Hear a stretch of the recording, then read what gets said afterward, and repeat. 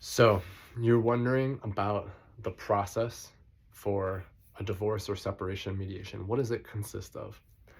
So, let's break it down simply into pieces. Every divorce has financial component, right? What are the assets of the relationship, the marriage? What are the debts? And how can we equitably divide those two things so the couple can feel a fair and equitable distribution has occurred? Um, that's one chunk, and this is a simplification, right? That's one chunk. Then there's this social family component. If you have children or pets, it's for the children. The parenting plan is huge. Um, for us, this is a 35 approximately page document, depending.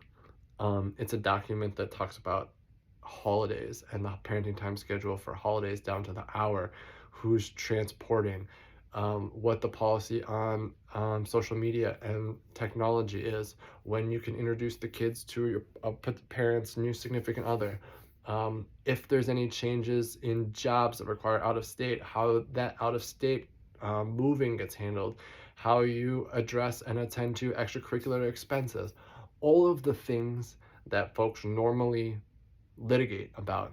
We have built into this parenting plan as a handbook for everything so that you don't need to go to court. And if there is something that comes up and it's not in the handbook, well, there's a provision there called conflict resolution for all problems that haven't been herein identified. And there's a process that you guys agree to. Everything about this is voluntary, right? So that's a second chunk. I've simplified the finances a bit, and that's okay for this video.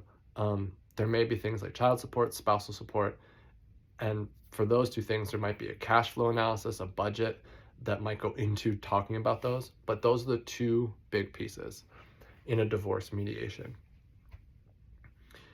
Before we even get there, before we even get into the room, we do prep work so that you're ready emotionally for this conversation about the separation. We don't just want to throw you into the waters and say, okay, now we're mediating. It can be very jarring. It is often emotionally triggering, emotionally charged talking about this stuff. We don't require prep in advance to have a conversation just like this in more detail, attending to you as someone in our mediation. We refer to divorce coaches to do that work of prep and preparing, or we can do it in-house ourselves, depending upon what you identify as your needs, what you identify as your level of emotional dysregulation, and how you jive. A lot of the research on the effectiveness of this kind of work is based on whether you feel a connection with your provider, your mediator, me, Kate, someone else at Flannel People Mediation. So we can do that work, or we can refer to one of our divorce coach partners. And we have these check-ins along the way to check in with you beforehand. During, we'll take a break and say, how is this going for you? Do you have feedback? How can we change to make you feel more comfortable? And then after the whole thing, we like to offer a debrief opportunity, an opportunity for you to not just review us and provide feedback, not just a feedback form, but generally to support you in this transition period, right?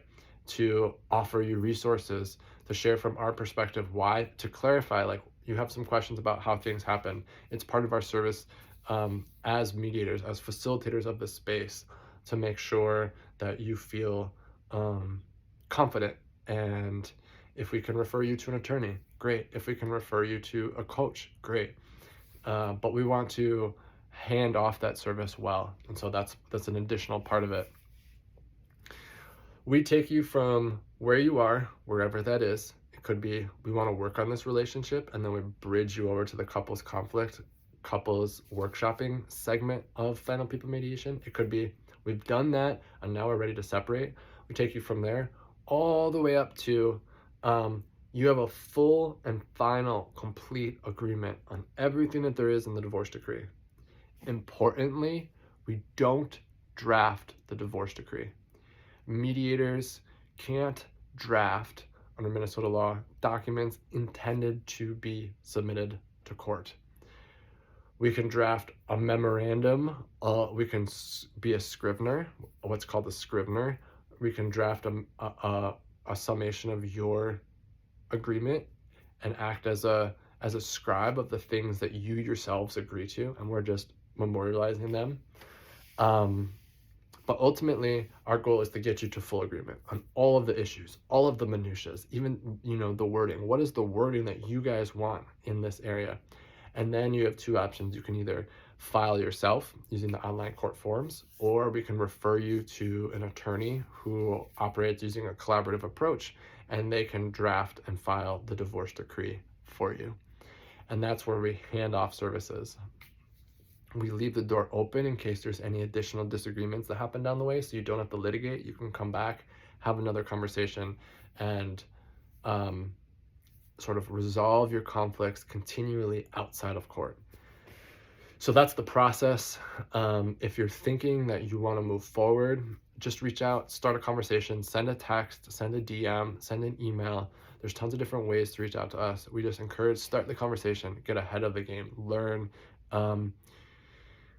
Our goal is not to be salesy. Our goal is to just support, and that's why we have many different referral partners, from financial analysts to valuation experts to real estate appraisers to just folks to support. That's all. My name's Ryan. Thanks for watching.